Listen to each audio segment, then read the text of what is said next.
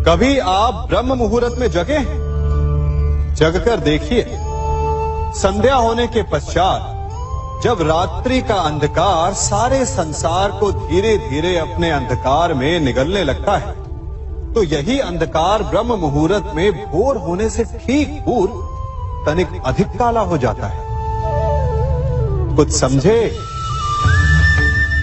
हमारा जीवन भी कुछ ऐसा ही होता है।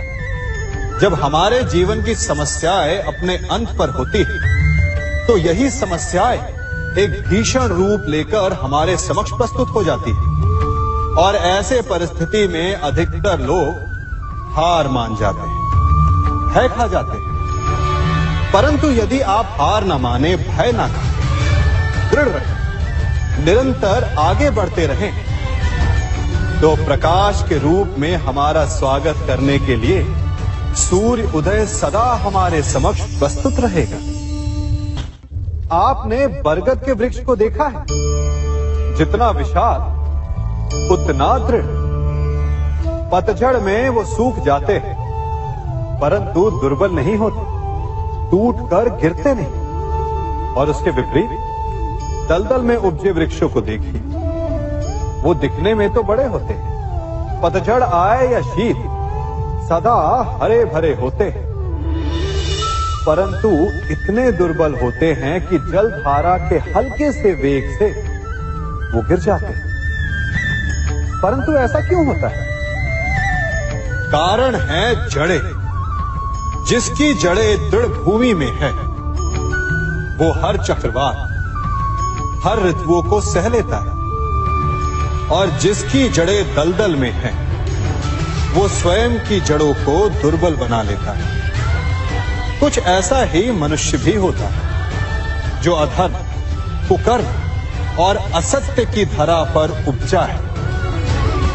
वो समय की एक मार भी नहीं सह पाता, और जो मनुष्य सत्य, धर्म की धरा पर उपजा है, वो हर समस्या से अविचलित हो जाता है। अब आप पर निर्भर करता है कि आप क्या बनना चाहते हैं। हमारे जीवन में मित्र और शत्रु बड़ा महत्व रखते हैं। यदि गंभीरता से सोचा जाए तो ऐसा कोई क्षण नहीं जब हम अपने मित्रों के बारे में ना सोचते हो या फिर अपने शत्रुओं के बारे में। हमारा हर कार्य या तो हमारे मित्रों के हित के लिए होता है या फिर हमारे शत्रुओं के अहित के लिए। हम हर स्थान या तो अपने मित्रों के साथ होते हैं या फिर अपने शत्रुओं के साथ। कोई नहीं चाहता कि उनका शत्रु प्रसन्न रहे। हर कोई अपने शत्रु को नष्ट कर देना चाहता है, और ऐसा करने के लिए वो हर संभव प्रयास करता है। उसे आर्थिक, मानसिक और शारीरिक हानि पहुंचाने का प्रयास करता है। परंतु यदि मैं आज आपको ऐसा मंत्र सिखाऊं जिससे आप अपने शत्रु को सदा के लिए नष्ट कर दे तो, और वो मंत्र है मित्र बनाना। अपने सभी शत्रुओं को अपना मित्र बना लीजिए और आपके सारे शत्रु स्वतः ही समाप्त हो जाएंगे। मैं क्या कर रहा हूं? मैं दिए प्रज्वलित कर रहा हूं ताकि अंधकार को मिटा सकूं। अब आप कहेंगे कि इसमें कौन सी बड़ी बात है ना?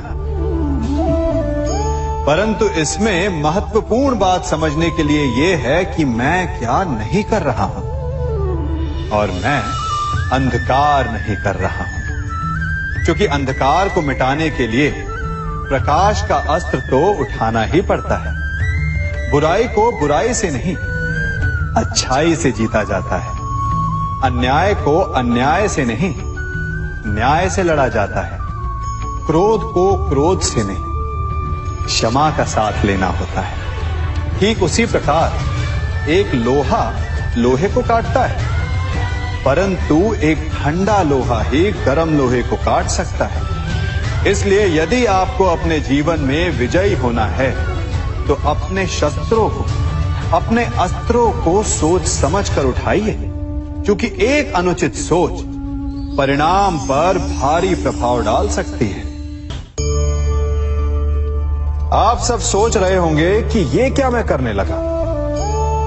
मैं इस पौधे को जड़ से उखाड़ रहा हूं। आश्चर्य हो रहा है ना कि एक पौधे को उखाड़ना या काटना ना केवल एक अपराध है अपितु पाप भी है। तो फिर मुझे ऐसा करने की क्या आवश्यकता पड़ गई? क्योंकि कई बार विनाश ही सृजन तक पहुंचाता है। यदि नया भवन बनाना हो तो पुराने भवन को गिराना पड़ता है। व्यवस्था को परिवर्तित करने के लिए क्रांति लानी पड़ती है। और उसी प्रकार यदि किसी वृक्ष या किसी पौधे की जड़ों में घुन लग जाए या उसका मूल सड़ जाए तो उसे जड़ से उखाड़ देना ही श्रेयस्कर होता है, ताकि उस स्थल पर नए पौधे उपज सके। युद्ध करना पर्याय नहीं, परंतु कभी कभी शांति के लिए युद्ध करना आवश्यक हो जाता है। संसार में सबसे श्रेष्ठ क्या है? फूल या कांटे, प्रेम या घृणा, संपन्नता या दरिद्रता, मित्र या शत्रु? बताइए। अब आप भी कहेंगे कि भला ये कोई पूछने की बात हुई? अवश्य, फूल, प्रेम, संपन्नता और मित्र ही श्रेष्ठ है। परंतु क्या आपने अपने जीवन में कभी सोचा है कि हर एक भाव, हर एक वस्तु, हर एक घटना का एक गुण धर्म होता है?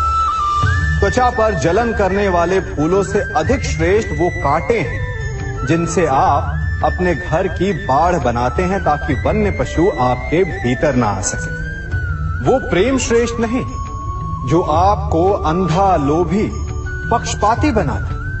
वो घृणा श्रेष्ठ है जो आपको नया मार्ग दिखाते। वो संपन्नता श्रेष्ठ नहीं जो आपको कृपण बनाते, मद्दांध बनाते। वो दरिद्रता श्रेष्ठ है जो आपको जीवन में परिश्रम करने की शिक्षा दे। कुविचार देने वाले, बुरा मार्ग दिखाने वाले मित्रों से अधिक श्रेष्ठ वो शत्रु होते हैं जो हमें जीवन का लक्ष्य दे दे। इसलिए अपने जीवन में हर वस्तु, हर भाव, हर घटना के गुण धर्म को पहचानिए और उसके पश्चात अपना चयन कीजिए। स्वर्ण। हम सभी को अपने जीवन में स्वर्ण से कभी ना कभी कुछ ना कुछ थोड़ा या अधिक मोह होता ही है ना?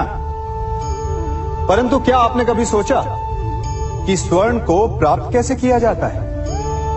जब भूमिगत खदानों से स्वर्ण को निकाला जाता है तब वो एक पाषाण की भांति होता है।